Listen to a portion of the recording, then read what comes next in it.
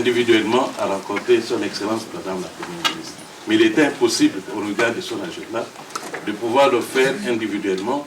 C'est ainsi qu'elle a accepté qu'on ait cette forme de table ronde pour pouvoir échanger avec vous. La délégation congolaise a attiré beaucoup d'investisseurs suisses et cette délégation a eu un langage franc de dire aux investisseurs suisses, aux potentiels investisseurs qui pourraient être intéressés par la République démocratique du Congo, qu'il y a des défis et ces défis, il faut les transformer désormais en opportunités d'investissement.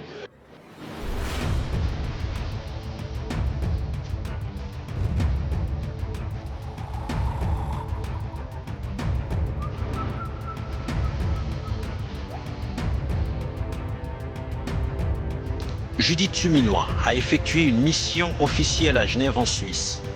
L'objectif principal était de commencer un dialogue avec les entreprises qui sont les end-users ou utilisateurs finaux de nos minerais stratégiques. Le chef du gouvernement congolais a profité de son séjour au bord du lac Léman pour rencontrer le haut-commissaire des Nations Unies aux droits de l'homme. Au centre de leur discussion, la situation dans l'est de la RD Congo et de la commission d'enquête indépendante au nord et sud Kivu. Notons que la première ministre était accompagnée par le ministre d'État, ministre de la Justice et garde des Sceaux, le ministre des Mines, ainsi que par le ministre de la Communication et Médias et porte-parole du gouvernement. Bienvenue à cette émission. Merci de votre attention. Mon cher Jean-Pierre Onema, je voudrais d'ailleurs profiter de ces instants pour vous rendre hommage, parce qu'on ne le fait pas assez dans notre pays. Vous savez, quand quelqu'un est là en train de servir la République, j'ai l'impression que nous attendons qu'il ne soit plus là pour pouvoir rendre hommage à son travail. Moi, je profite pendant que vous êtes là pour vous dire que ce que vous faites est bien pour notre pays. Voilà. Vous avez choisi d'être ici, en Europe, afin de couvrir toutes les actions, toutes les activités des acteurs congolais qui viennent en Europe au nom effectivement de la coopération, au nom des relations que nous devons établir avec le pays ami, les pays partenaires. Et vous êtes là pour couvrir positivement, dans une approche tout à fait patriotique, ces activités-là. Donc je crois que vous êtes suivis chez nous en RDC, à Kinshasa et dans toutes les provinces, via la RTNC. Et je pense que c'est une bonne chose. J'ai tenu donc à M. Onema à vous encourager de poursuivre ce travail qui est un travail positif, parce qu'il est important que le citoyen congolais sache ce que viennent faire ici en Europe les représentants ou le membre de leur gouvernement. C'est très important. Donc continuez comme ça, M. Onema. Bravo.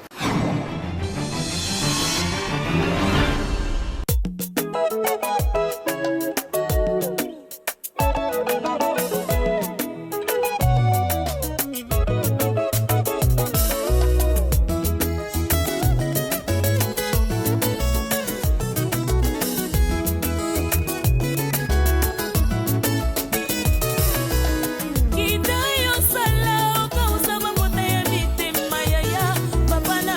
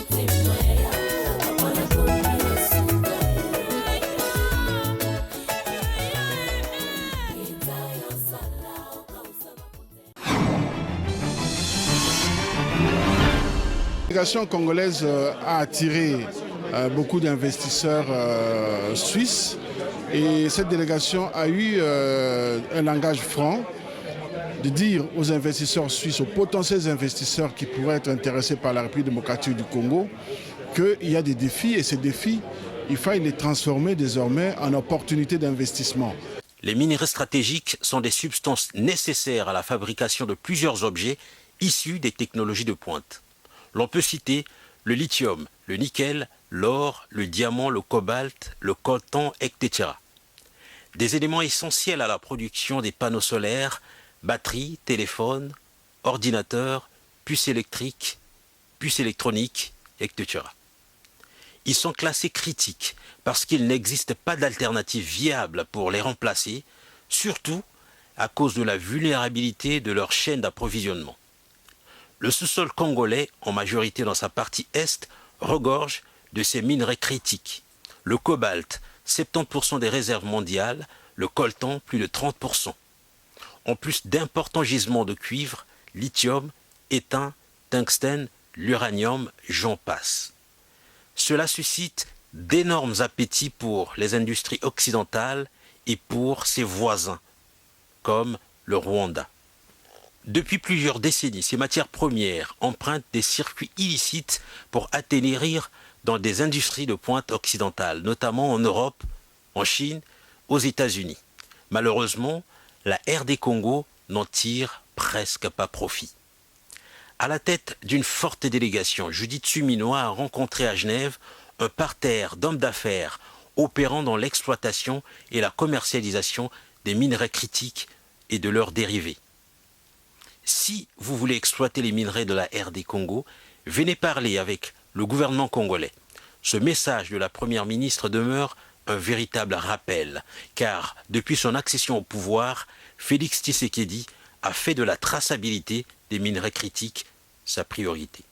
Je ne vais pas revenir sur ce qui a été dit, le poids de Genève, la plateforme que vous représentez d'un point de vue économique, au niveau des marchés.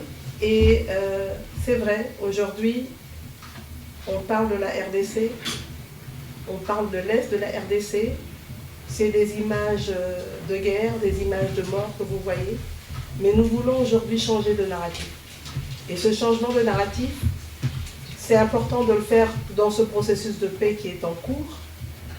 Et comme cela a été dit, et particulièrement par Tom, c'est important de garder à l'esprit le monde aujourd'hui, où est-ce qu'on veut aller. Nous sommes dans un monde aujourd'hui où, je vais caricaturer, mais c'est un peu ça, du côté des Occidentaux, il y a une crise de l'énergie, il y a une recherche d'énergie verte aujourd'hui, il y a un besoin de transition écologique, et de l'autre côté, il y a des pays, dont la RDC, qui regorgent de ressources, et qui aujourd'hui vous dit, ben écoutez, puisque ça devient bouché, notamment en Europe, pourquoi vous ne venez pas chez nous? Parce que on vous dira que nous avons des problèmes d'énergie, oui. Nous avons des problèmes d'interconnexion dans le pays, d'infrastructure, oui. Mais nous avons des ressources. La première des ressources, ce ne sont pas les mines, ce sont les ressources humaines. Et nous sommes un pays de 120 millions d'habitants avec 70% de jeunes. Donc cette ressource-là, nous l'avons. L'autre ressource, évidemment, ce sont les minerais, et dont les minerais critiques. En effet, il est désormais exigé à ces exploitants miniers d'utiliser les circuits légaux pour ne pas alimenter les circuits des wrestlers liés au massacre, viol, violation des droits de l'homme perpétrés à l'est du pays. À propos des circuits légaux, les procédures sont claires et depuis plusieurs années, le cadre légal a été posé avec notamment la révision du code minier et la facilitation des démarches administratives. Le plan d'action gouvernemental, le gouvernement dirigé par Madame la Première ministre, chef du gouvernement, a mis en priorité le renforcement de la bonne gouvernance. Parce que nous avons compris qu'il ne suffit pas de décréter et de déclarer à la face du monde qu'on a une dotation minérale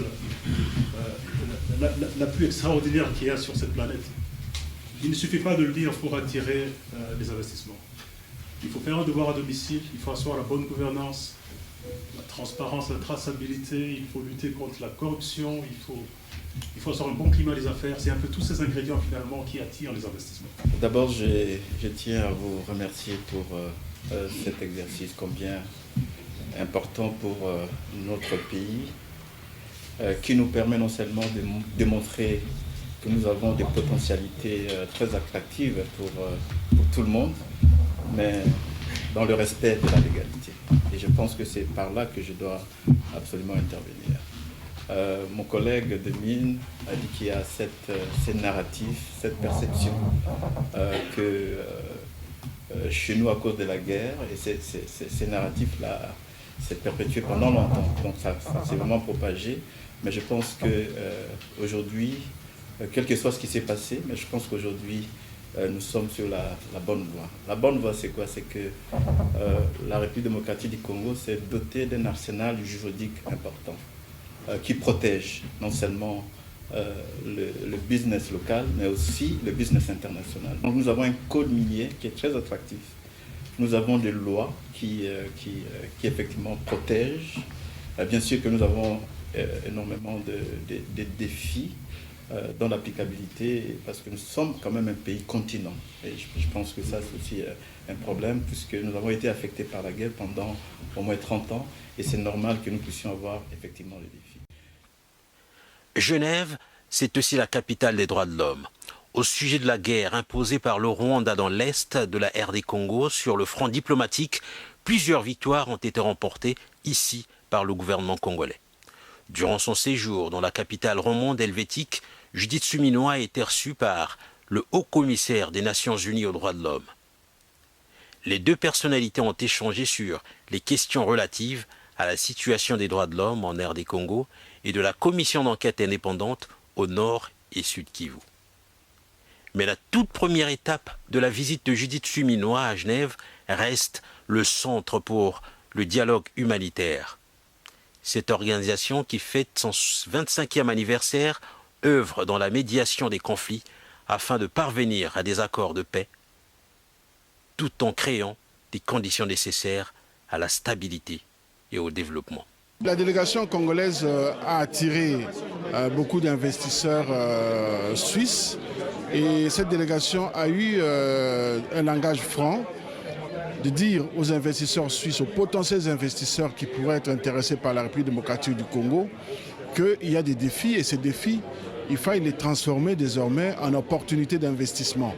Et la Première ministre ainsi que les ministres qui l'accompagnent ont eu un langage que les investisseurs comprennent, c'est-à-dire un langage où on rassure sur le climat des affaires, un langage où on présente des opportunités ainsi que les avantages à tirer.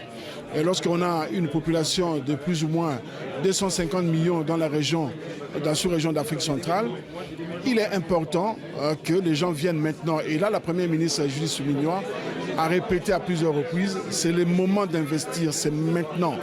Il y a deux opportunités, on ouvre les portes, on vient parler du potentiel du Congo aux investisseurs suisses. C'est le moment de venir, il ne faut pas attendre, parce qu'à la porte, il y a beaucoup de gens qui attendent.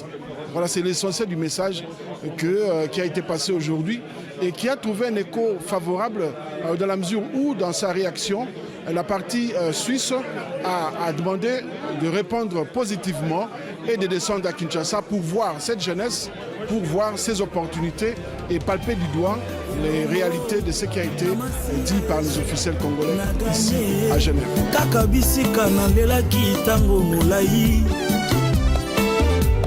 Ayano lingai nasutuki yawa na yango nakokite na telemi na bini mwa mokeo elongo na masia Yesu na kanye kakabisika na delake ya bomolai Yesu ayano lingai nasutuki yawa na yango nakokite na telemi na beti mwa mololo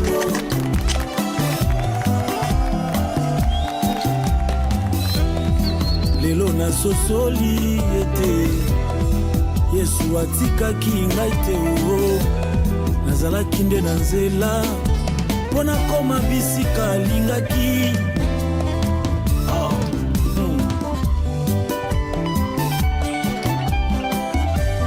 elongo na masi ya Yesu nakanye kaka bisika nalelaki ntango molai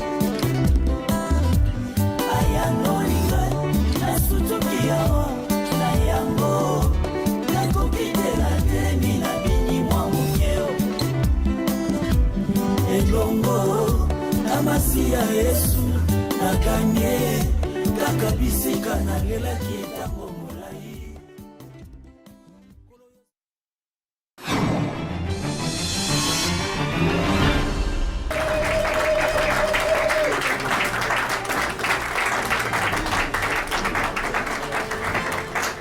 Debout, Congolais, unis par le sang, unis par l'effort pour Monsieur le ministre de l'État, ministre de la Justice, et garde des Sceaux, cher frère Guillaume Guépin.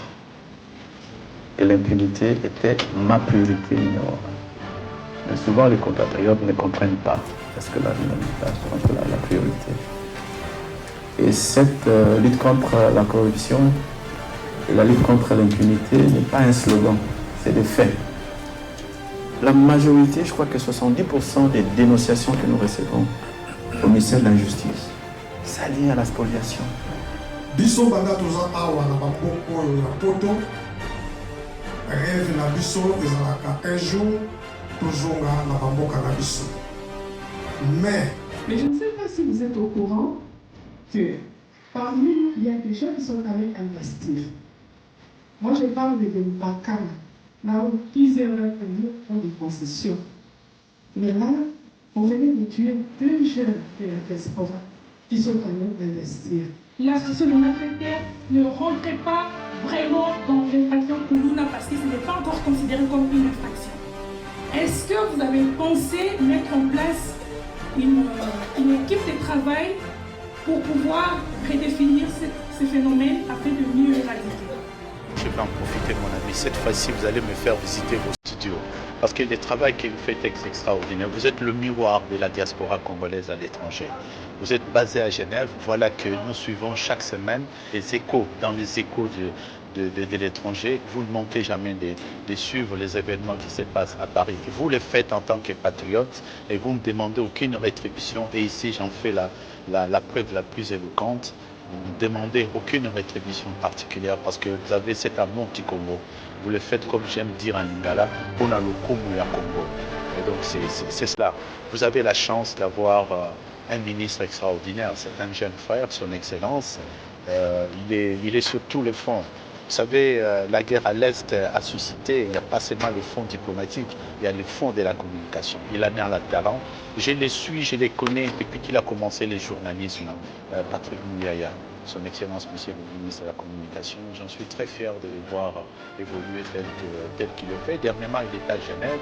J'ai vu vos œuvres parce qu'on a pu suivre en temps réel avec une précision extraordinaire. Vous ne manquez pas de cadrer d'une part l'écho qui font la contradiction et de l'autre côté de ce qu'il prend avec beaucoup d'autorité parce qu'il en a la matière. Je voudrais parler aussi de votre DG qui est une dame extraordinaire également, qui fait un travail extraordinaire et qui est ouvert à tout le monde parce que nous arrivons à parler avec elle lorsqu'il y a des événements comme l'arrivée du chef de l'État, il nous annonce des équipes qui arrivent. C'est le niveau des collaborations qu'on n'a pas atteint avec la communication qu'on n'a pas atteint avant, c'est important. Écho d'Europe, c'est l'émission qui fait la fierté de l'image de la RDC à travers le continent européen, avec Jean-Pierre Onema, qui est un homme dynamique, un combattant de l'unité du continent et un défenseur de la RDC à travers l'Europe. Que Écho d'Europe se développe encore dans tous les pays européens. Vive Écho d'Europe! Écho d'Europe pour le meilleur de la RDC à travers le monde. Écho d'Europe sur la radio-télévision nationale congolaise, un magazine 100% information, actualité économique, diplomatique, culturelle, scientifique et sociétale de la diaspora congolaise. Je suis Frandine Zinga pour Écho d'Europe France. Retrouvez-moi tous les dimanches à 11h30 heure de Kinshasa. Écho d'Europe, une production de Jean-Pierre Onema. Notre émission est en présent terminée. Merci de l'avoir suivi. Rendez-vous dimanche prochain pour un autre numéro.